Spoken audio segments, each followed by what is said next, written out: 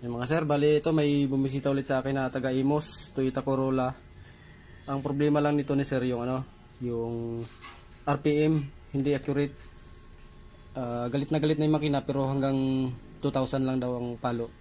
Hindi ko lang na video kanina mga sir, minadali ko kasi malakas ulan walang bubong yung pinagparkingan. Tsaka may lakad si sir kaya minadali ko ng pagtanggal kayo. Hindi ko na video yung before. Mamaya na lang video ko na lang sir pagka test na.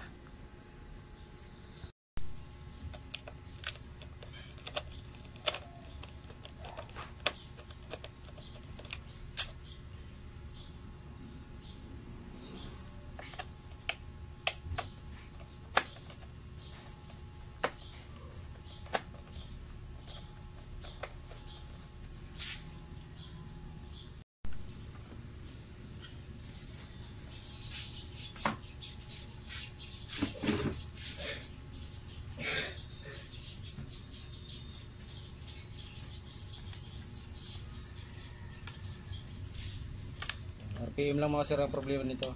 Natakbo na daw si sir ng 140 pero yung RPM reading lang, minsan hindi daw abot sa 2,000, minsan abot sa 2,000. Hanggang doon lang talaga.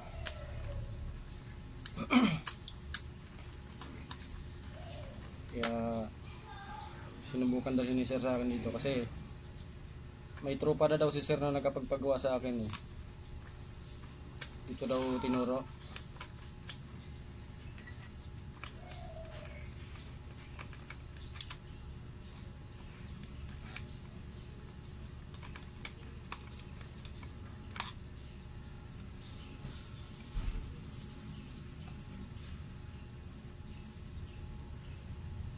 Ito mga sir, yan. Sunog yung dalawang kapasitor. Alis himiwalay na yung isa Wala na nga, hiwalay na yung isang kapasitor Hindi na mabasa yung read, value.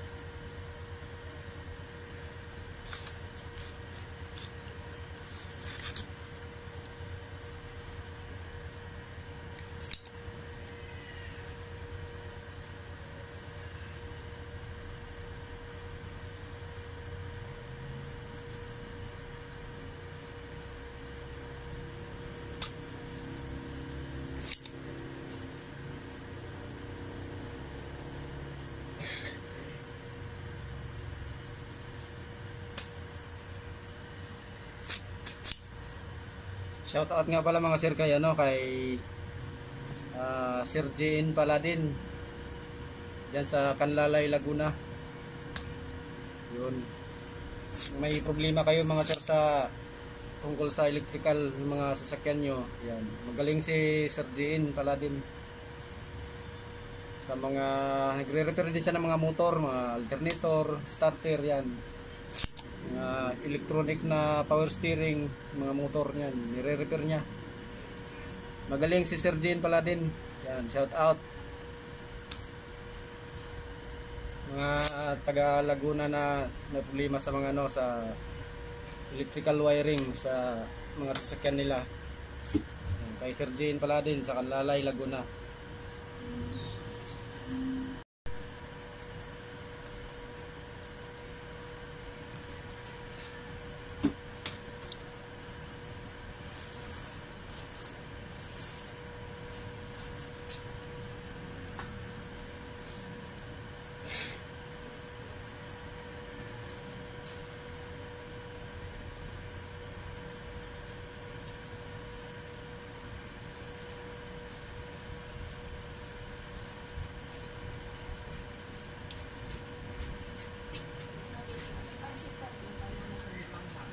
Ah, wala ate. Yan na ng isang regla, ulit siya ka dalawa. May pasoy mo na may pe. Kaya kung ano kulay? Ayan, correct. Siya ka dalawa.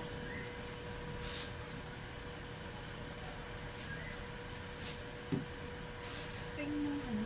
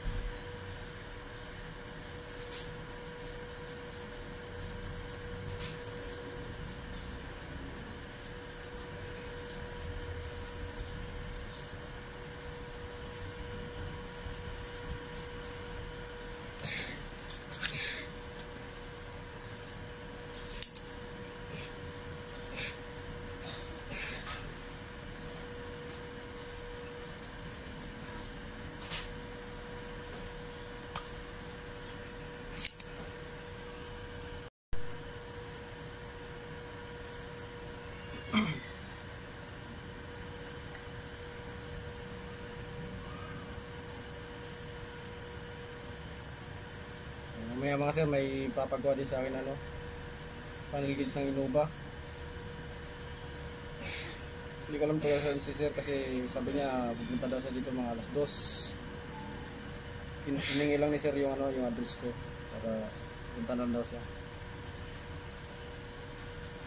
Meron din akong gagawin mga sir na ano pagkatapos nito. Klase relay ito ng ano, ng cord links. Wala daw mahanap si sir na mabibili pa na pamalit dito, kaya subukan niya daw paparepair sa akin. I-repair ko ito mamaya mga sir.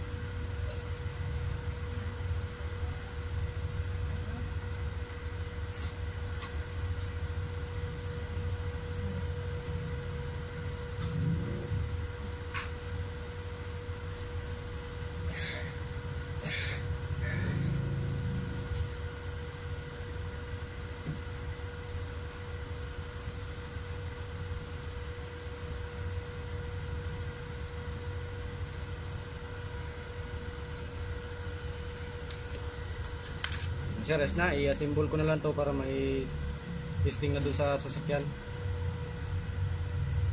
Palitan na natin yung dalawang kapasitor.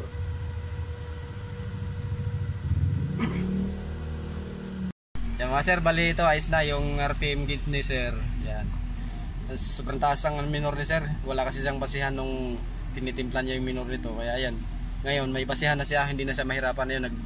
Nagbuting-ting si sir doon sa ano, sa tinitimplan niya yung minor para bumaba. Taas ang minor. Ayos na yung RPM ni sir. Yan. Kanina halos bumababa pa. halos mataas lang sa 0 ng konti. Yan, bumaba ng konti sir. Pag ano siguro sir, pag nakainit na ng gusto. Hindi nababa yan eh. Ha? Nababa naman yan. Oo. Yan, ayos na mga sir yung RPM gauge ni sir. Bali titimpla na lang ni sir yung minor niya. Saka sa gasto pag ganyan eh. Yan, bumaba pa ng konti.